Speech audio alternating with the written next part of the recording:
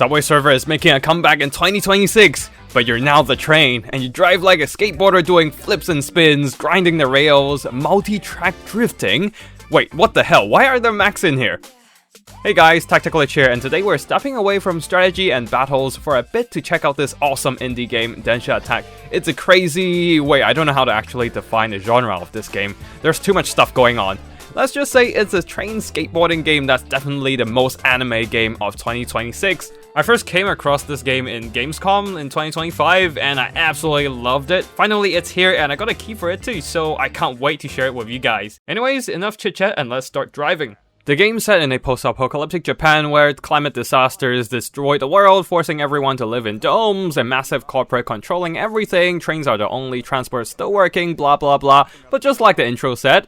But really, who cares about all that? We are following the stories of people choosing to live outside, roam the world on trains, and we are playing as Ami, a girl who delivers ramen with trains. Fast. Probably an Initial D reference, but with ramen instead of tofu? You and Ami will be driving along train tracks through a Japan in ruins, swapping tracks left and right, drifting around corners, going airborne, smashing down in fours, all done with your trusty train. You're scouted by this Fernando guy to join Denshattack and journey around the country to challenge other train drivers. Now Denshattack is more than just going along the tracks. This is where the cool tricks come to play. You need to perform a diverse roster of train tricks during your runs to be a truly impressive Denshattacker. Okay, enough tutorial stuff, time for the real deal. 3, 2, 1. A perfect start. Corner ahead, so prepare to drift. Squeeze in a trick before the next corner, and drift again for that perfect speed boost. Every level has optional objectives. One of them in this level is to break wooden bridges, which is why we're jumping and crashing through them. Also picking up a spray paint can, which will be useful for later. In every run, you gotta keep mixing up tricks to keep them fresh. Using the same tricks every time will make them go stale, turning the fonts gray at the bottom and reducing the points earned. A fresh trick though, especially when comboed with other moves, will be much more rewarding in your routine. Out of the tunnel, it's almost at the end of the rail, but that's fine. There's train tracks everywhere in this game, and by everywhere, I mean everywhere. Floating on the river? Yeah, there's train tracks for sure. Going up the waterfall, yep, train tracks as well. I'm surprised these things can float at all, but hey, what do I know in front of the power of anime? With laws of physics? Nah, who cares about that, right? Pick up another spray can, that's nice, we don't have to do another run. And say hello to bats in the cave. Another mission done. Look at this gorgeous cliffside ocean view. Now there's a spray can on the left, so we're sticking to the left track, jumping off the cliff, but hey, again, train tracks everywhere. And don't forget to do a few tricks to boost the score there, and we jump again. Now after drifting through this turn, we need to pick a route. Unfortunately, I missed out the sign on the right and went left. We're gonna miss out the spray can, but doesn't matter. The train tracks is actually sinking anyways, and we're jumping off into a cliff. Now when it comes to mistakes, the game is actually quite forgiving. Instead of restarting the whole run, you just restart from a checkpoint. Oh, well, why did I jump there? Anyways, where was I? Right, restarting from a checkpoint and retrying what went wrong. You'll suffer a little bit of time penalty, but that's only fair, and you can still continue your run. Now I do have to be a bit more careful here because there's a lot of track transfer coming ahead. Gotta make sure I stay on track, and of course, don't forget to mix in a few sets of tricks. Finally, we're back on solid ground and also the final leg of this track. Just gotta make sure we don't mess this up. Focus, Tactical Itch, focus. Now the game is heavily inspired by Japan. Not only the architecture we just came across, all the scenery were inspired by Japan. You can even find famous attractions from Japan in the game, like the statues we just passed by and will be shortly leaping across. They're the Sun Mask collection in Miyazaki Prefecture, which is exactly the prefecture we're running in right now.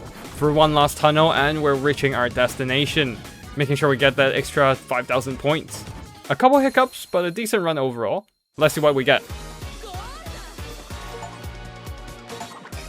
Silver on final score, and let's see the time, also silver. So silver, oh, I forgot to do the trick over the Moai heads. I can always replay this later. That's basically how a Denshattack run goes, and of course this is only the first proper level, there are plenty more to come. Amy has her eyes locked on the best Denshattacker in the region, Yoshie. A stylish gal, or in the Japanese terms, gyaru. But before getting to her, she needs to beat her lackeys first, which we're finding in this seaside city / ruins in Kagoshima. Huh, a very cute cat train. Kind of reminds me of Totoro's cat bus actually. Let's skip the chit chat and go straight to the action. Let's go. We've got a Gyaru to catch and sandcastles to smash. Optional objective cleared. I'm sure you already noticed, just like Mario Kart, this game also has speed boost paths. Not only great for shortening your runtime, but more importantly, very crucial for jumps. Jump too early, missed the boost, and well, had to redo it. Yep, that's right, this game also has Japanese audio. Otherwise you can't really call this an anime game, can you? They are separated into the train announcer, which reacts to what your train is doing, and the characters, which are basically all the audio and dialogue. Although I usually watch my anime subtitled, I do prefer playing this game with the characters speaking in English, matching up with the dialogue tags better, while keeping the announcer in Japanese for the anime vibes. To be fair, both languages are great and you should just pick whichever you like more. Now let's get back on track and focus on the train again. Pun absolutely intended. We're running out of track, but that is not a problem in this game. Yep, a Ferris wheel works as well, I guess. Still remember seeing this first time in Gamescom, and I guess that's what got me fell in love with the game. Tilting it left, right, doing our objectives, and more importantly, hopping over the obstacles. Collectible upcoming. Ready, jump. Perfect. Now our Ferris wheel ride is almost over, but this is not the end of the track. We're going into a volcano, baby. Now I don't know who built these tracks, but they must have had some dwarven engineering support because these tracks are everywhere. And that is no human feat at all. And as always, make sure to keep spamming tricks, just to make sure we get a better score later. Also make sure to stay on the track that can get to the spray cans. I gotta remember mixing up my tricks, cause this one I've been doing has been getting old. Alright, got a spray can, but at what cost? Should have jumped there. Let's try again. Same route, but this time the spray can has been picked up, so no need to jump. I gotta say, the music in this game is really good. Really hypes you up with the beats for this high-octane train ride. It's just a really enjoyable gameplay so far, even just in these couple levels. We're already seeing a lot of variety in biomes. Great beats, fun gameplay. I love their art direction. It looks like we see our opponent there, but that track is blocked. Right, it is done. Just one little problem though. The cave is, well, collapsing. One mistake and yep, try again. I really need to stop randomly jumping and missing the boost pads. Once again, turning right, get a bit of drifting speed boost as well. And let's try not to fall into the lava this time. The floor is very literally lava. Almost there. Almost there. I can see the opening, the exit right ahead. But I can't let my guard down just yet though, because the volcano's about to blow up. I can't just keep running straight, because you can see fireballs are incoming. If it's a normal train, it would be dead by now, but then again, what kind of normal train can flip? Dodging left and right, once again, we survived both the fireball and the volcano. Gunning straight for the finishing line, and also getting extra 5,000 points. GG easy. We got some decent scores, but the time is left a little bit desirable there, and also we didn't finish everything, but that's fine, we'll just keep pushing on.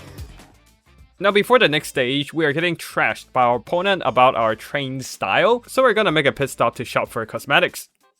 Yep, this game has a cosmetic shop, and that's what the spray cans are for. After all, if you want to be a rebel against an all-controlling corporate, you're gonna spruce up your ride and rebel in style. Of course, we're still in early game, so we didn't actually unlock much, but as the game progresses, I assume there will be more and more regional items or gang-related items that will be unlocked and available for purchase. Anyways, let's quickly spend all our spray cans and ride into the next stage. And this time we're in the Kumamoto Prefecture. Looks like we're going into some kind of drinks production center. It says it's a soft drinks factory, but honestly, I feel like it looks more like a beer brewery. Either ways, we're gonna smash it up, because it's owned by the all-controlling corporate who wants to take over all the dome cities and railway, and the free-roaming Denshattackers definitely do not like that. And at the same time, we gotta learn how to grind. Yep, the train can grind like Skateboard on rails, and the pipelines in this drinks factory would be a perfect practicing target. Not gonna show you everything in this run here, because a lot of that is kind of the same as the run before. Other than the grinding though. You can see I'm trying to maintain the balance in that green zone. If I stay in the red zone for too long, I'll fall off the rail. And that's not ideal. And if you manage to stay in the green zone, you'll get extra points for the grind. On top of that, you can mix in some other tricks as well, like spinning, getting yourself even more points. We're almost at the end of the run. I still believe this is a beer factory and not a soft drink factory that they said in the dialogue, because look at all that wheat field. Let's face it, who needs grain for soft drink mass production? It doesn't make sense unless you're trying to make the game family friendly. Anyways, we smashed up the place pretty well, violating most if not all workplace safety regulations, and more importantly, learn how to grind with a train. Not perfect, but also not bad. although we did spend too much time running through this one. Now the next round is a bit weird. We're supposed to go around the sea, but obviously Amy, just like a typical anime protagonist, has other ideas. So yeah, here we go. Brute force, friendship, and the power of believe. Works every time, right? Now we're still in Kumamoto, but this time in a more urban area by the seaside. Got a bridge and even a castle, and yes, we're going straight for the castle to get the spray can. Parkouring on top of castle? Ah yes, my Sekiro memories are coming back. Oops, I was a bit distracted by the views and messed up my drifting. Casually flying over a zeppelin and crashing through a bunch of power lines, cause why not? It's cool. What is not cool though is crashing right after this. And I messed up that section quite a few times, so you can see the timer on the top left has advanced quite a bit. Now again, the game is very forgiving. If you messed up in your run, it wouldn't stop you from completing it. It's just gonna judge you afterwards for how little you score or how long it took you to finish the whole level. Either ways, we're back on track now, pun intended, and making some pretty good progress. Bridge upcoming, but we're not going through the middle. Nah, that's just too normal. Why would we do that? Grinding on the sides instead. I really like how they set up the environments in every stage. Like here, we're just smashing through a Japanese city, even through a Japanese office. What's more Japanese than that, right? Though the cubicles are a bit oversized. Bigger than the train itself, I wonder what kind of giants worked in there. But yeah, we're just kind of exploring one of the urban Kumamoto cities, and you can see these are all ruins of buildings left behind by the climate catastrophe. We do have to make our way across the sea and to the other side of the shore, so shortly after we are leaving the buildings behind, going into the seaside. Looks like the sea level has risen and the buildings are flooded, but that's not a problem for us. When there's a track, there's a way, though I do have to stop jumping when there's a boost pad. This is ruining my runtime. Let's try again. And then this time I simply forgot to jump, damn it. This isn't hard at all, I just kept messing up for some reason. Focus, tactical glitch, focus! We're making our way across the waters. Doesn't matter if there's no tracks, we're just grinding on the edges of the sunken freighters now. Into the waters, that's also fine, as long as there's a track. Oh wait, why did I jump again? Damn it. I ruined an epic jump, but the game took pity on me and respawned me on the other side of the jump. Oh, and yeah, the track ends here, so we're just gonna go surfing on a ferry. Yep, that's right, we're driving a train that drives a boat. Don't ask me how this works, but apparently it just does. Oh, and you can still do flips on this thing. It's crazy. Oh, big waves, scary, but I did mention we're going surfing, right? Time for more mid-air tricks. Gotta make sure the score keeps going up, and don't forget to pick up wild items. A few more jumps and tricks before our wild ride ends, and we've crossed the sea on a train without tracks. Finally, the finisher. And jump! Stage cleared! Yeah, the time is horrible because I messed up way too much, but we finished in style and got max rank and score. So I guess I can be proud of that, at least. Now you might notice that we've been picking up film scrolls on the way here, and that's for our guy Fernando here. He's making a zine for our Denshattack journey, and the scrolls are what we need to fill out all the blank space inside. It's actually quite fun to collect all this stuff here, because it's not only just covering the stages we've been through, but also background information for characters, extra details about the setting to build up the world, random knowledge about Japan like food and culture, and of course we're only in the early game, so there's a lot more to fill. There's definitely a lot of love and care being put into this, though I know you probably want to see the next Denshattack action already, so I'm not gonna dwell on it for too long now. Now we're in Nagasaki. It's under heavy construction because Miraido, the evil corporation, is trying to turn the town from a Denshattack circuit into a redevelopment project. So we're taking on a mission from this A-Pro gal to wreck this town before she brings us to her boss. Now this mission has multiple objectives that we can do in any order, just gotta follow the different signs at intersection. The first one we're doing is to paint the town pink. The green objective going right here. This objective requires us to pop some balloons around the town and spill paint all over the place. Nothing game changing or involving any new mechanics, but overall still a pretty satisfying pop whenever you hit the balloons. And of course, you gotta mix in some neat Denshattack tricks when you're vandalizing the town. After all, if you need to rebel against an evil corporate, you gotta do it in style. And more importantly, you need to get those sweet points for the final score. Alright, one last balloon that we need to pop and explode in paint, and then we're done painting the town pink. Let's get back to the main intersection, and time to choose our next objective. Next up, we need to mess up some corporate construction site. We're gonna use our horn to activate some wrecking balls and ruin some buildings. In this game, they use a lot of Japanese onomatopoeia for effects. something very commonly done in manga and graphic novels, really showing the weeb inspiration in this game here. The occasional dot pattern shading and other visual effects, if all the other Japanese and anime references aren't enough for you. And then somersault with a train. Perfect landing. And with the last wrecking ball activated, this objective is also coming to an end. One last objective to go and time to go back to the intersection. The last objective is in the hillside, so we're just gonna take the cable car up there. Nope, we're not riding the cable car, but the cable itself. This one is actually the easiest one, because you don't actually have to do anything other than finish the track. As you can see, it just fell down as soon as your train hops off the rail. This stage did have some very long rails to grind, also I was trying to get a few more points there, staying in the green zone. After all, the better you maintain the balance, the more points you get. The whole thing's pretty straightforward, so I'm just gonna skip most of it until the end, which is the more interesting part, because we're not only riding the rail, we're riding the whole freaking tower. And we're back to the city. With all the objectives completed, we can now break and finish the track. This stage, having 3 tracks for me to run, did take me quite a while to finish, but that's fine. All that matters is this is done and we can push on to the next stage.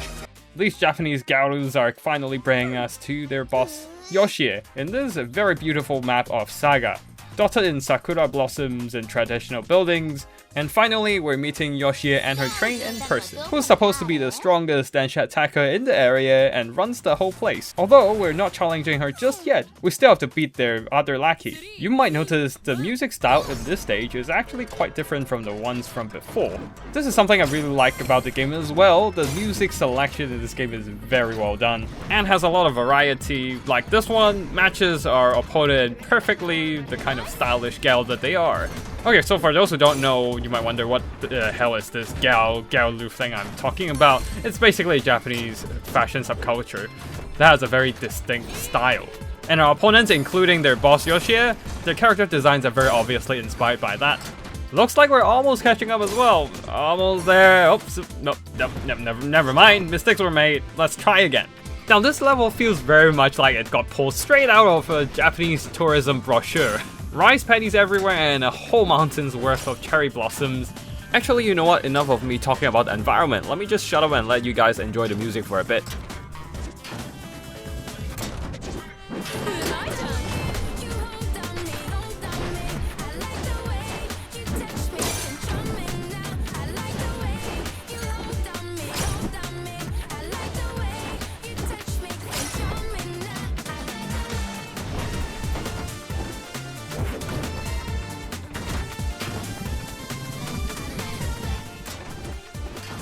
Damn it, I was focusing on the music and forgot about the spray can.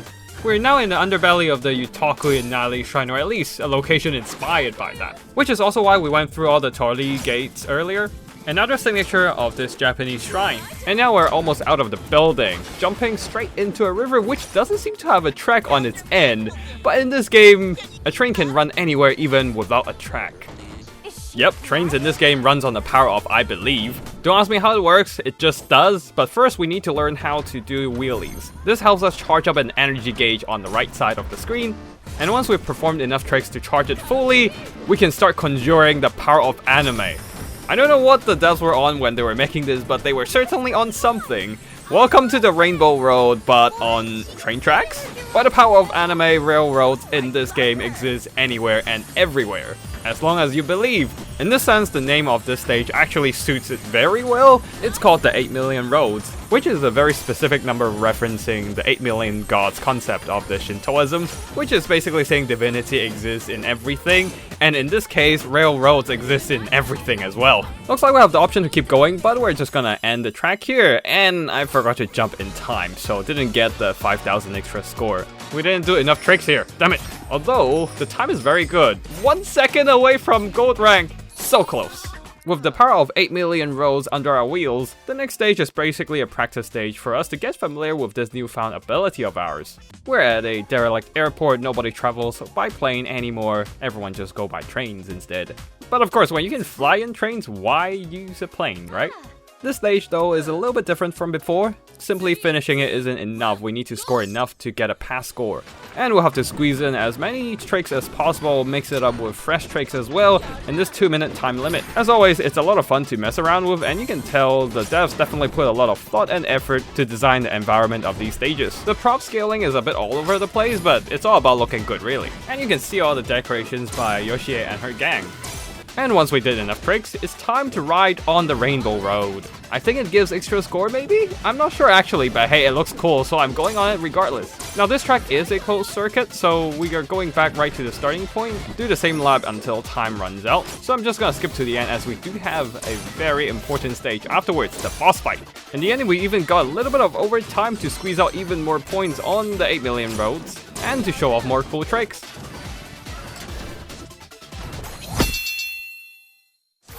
The score should be decent, although definitely could have squeezed in more tricks, and I totally forgot to collect all the collectibles, so yeah, another stage that I need to redo later. And finally, boss battle. Here at a dome city in Fukuoka. Now in this recording, this is not my first playthrough of this level because the first time I failed too many times and making the whole run a bit disjointed. To be frank, I still need to get good because I still crashed a couple times in this one. Seeing the teasers to this level is one of the things that got me really looking forward to this game, and I hope you're prepared for this. Warm her up for me, girl. Where are you going? Come and face me! Oh my god! You have to earn your audience with the queen! Now in Japan, gals or garus have their own slangs and tones for speaking. Guess the closest thing in the West is the Valley Girl accent, and that's exactly what the writers and voice acting did. Right now, we're not actually taking on the boss Yoshie yet, as we do need to take out the pawns before fighting the queen. Or, you know, just ignore them, go around with the Rainbow Road. Alright, warm-up's almost over. I'll keep my commentary minimal here because this level has some ridiculous stuff going on and the music slaps. And I hope you guys can enjoy this as much as I do in its entirety. Here it goes.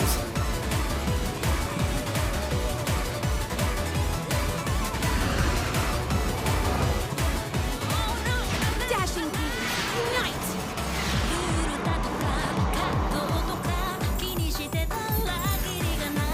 Witness peak beauty!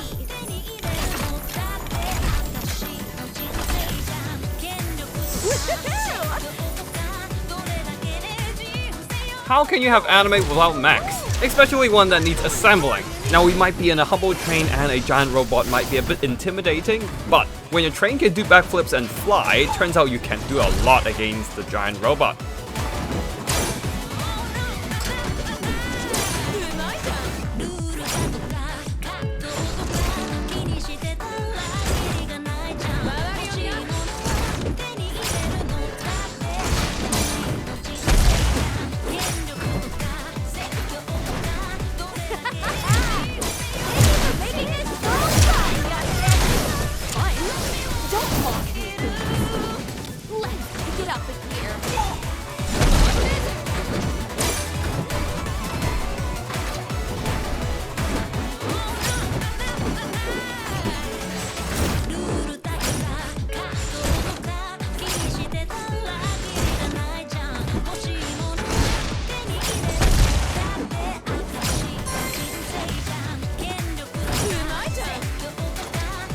Oops, got greedy, they're trying to do a trick.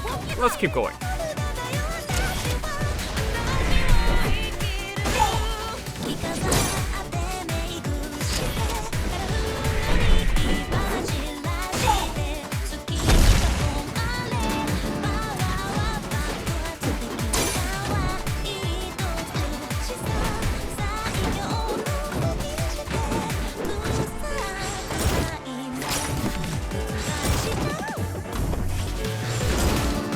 No, you're not getting me with these clumsy slaps.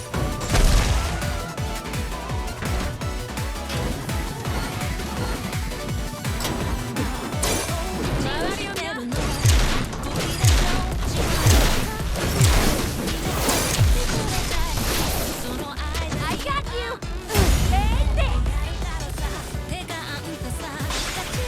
How's she doing all this with that huge train? Girls, no time for glam! Looks like we're out of the dome and it's time to lock the hell in. Full on attack! Where there's a track, there's a way!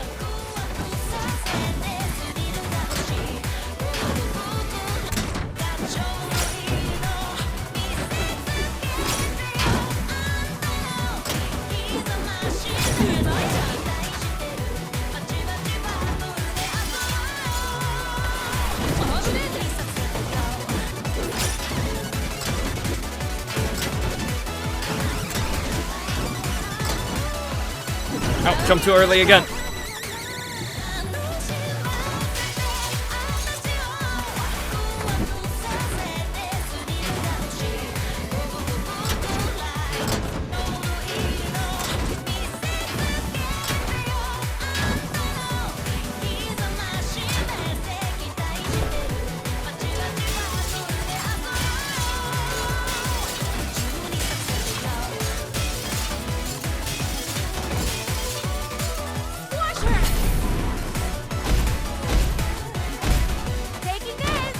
That's the importance of parrying, everyone. So far, our train rode a Ferris wheel, rode a boat, rode a tower, and now a rocket punch. I can't wait to see what else we can ride in the rest of the game.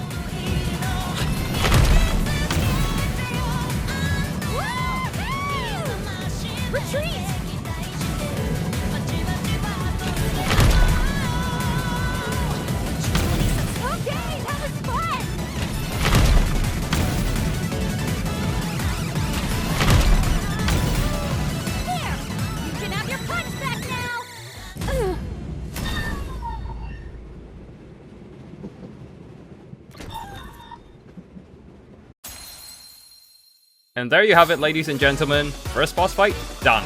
And that's our last game in Denshattack for this video. And Ami, after beating the boss in a truly anime fashion, converted her into a teammate. Probably gonna be like all other JRPGs in anime, when the boss joins your team, they get nerfed hard and she won't be bringing her train robot with her. Anyways, that's the end of chapter 1 of Denshattack, and I also think this is a good place to conclude our video as well. Overall, Denshattack is an absurd game, but also absurdly fun. The game is not made by Japanese, but it just feels like the most anime game in 2026. And as an anime fan, I love all those related elements in there. There's so much going on in this game, there's never a dull moment, and the soundtracks are absolute bangers. By the way, I didn't manage to pull it off in the video, but this game does have multi-track drifting. And if you do find the game fun and want to check it out yourself, you can grab it now on Steam. Anyways, that's all from me today with this train, skateboard, action, anime game? Again, I don't know how to define the genre of this game. Anyways, I hope you had fun, and don't forget to subscribe to my channel and like this video. I'll be doing more indie game content in the future, so be sure to keep an eye out. Thank you for watching, and I'll see you in the next one. Tactical Itch, signing out. Should I do another video?